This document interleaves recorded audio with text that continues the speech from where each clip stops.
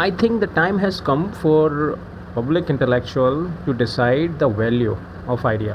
What this idea is all about. I'm talking about all these rubbish things, all these kinds of fabricated and manufactured items being processed through these politicians and political minds, and they are thrown into this public domain, and we all just take a munch on it, and that's what all we do. What if these public intellectual get this very authority to decide the value of public or political talk? See, politicians often roll out certain kind of slogans throughout their political career, and these slogans undoubtedly are very powerful because slogans help uniting emotions of people. But what if the slogan is pushed by some evil intention, some wrong idea or wasted interest? Then it will be a complete failure as a social system, right? Then don't we think we should have a right to decide the value of these slogans, or right to decide the value of idea being pushed forward by the politicians to the public domain? Yes, of course, which means we must have this.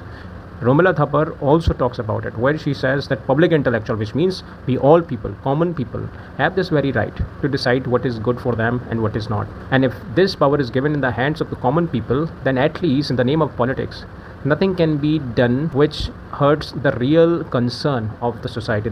For example, in last 10 years, we must have understood and learned very deeply that what it takes to be anti-nationalist. Now, if you raise a voice against institutional failure or says anything against which somewhere exposes the hypocrisy of the government or the leader of any party, then you will be termed as anti-national. And there'll be just like uproar everywhere. People will start calling you anti-nationalist, and this is very common in India. Now, what happens when this very power to decide who is anti-nationalist is transferred right back to the hands of the common people, which Romila Thapar says and marks as public intellectual? Then things would be more different. So, for example, it is not the politician to decide what is to be called anti-nationalist. So what is the current definition of anti-nationalist is that raising voice against the government or the authority can be termed as anti-nationalism. When your connection is found to be more stronger with any Muslim person who is doing good work in the society and following all the rules of the constitutions, living a just a citizen life, then you will be termed as anti-nationalism.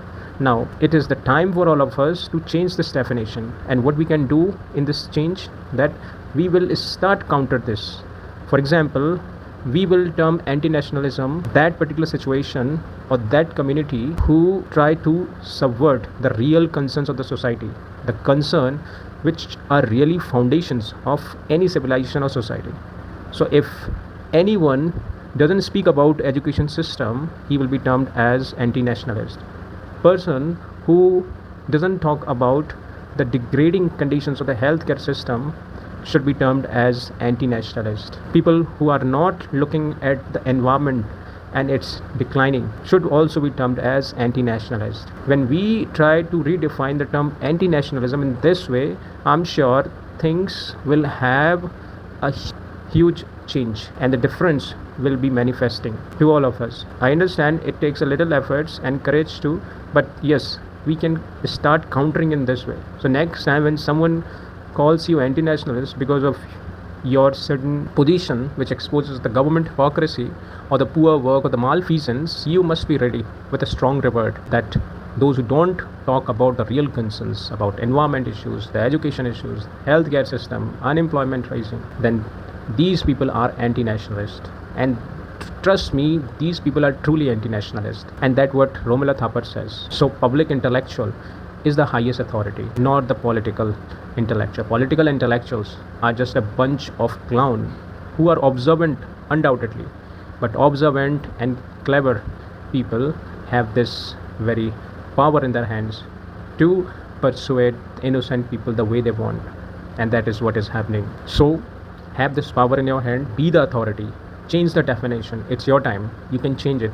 All it requires little courage, understanding, awareness. Now you cannot take a cover of the poor education system. Today we have this mic, we have the cell phone, internet is almost accessible to all.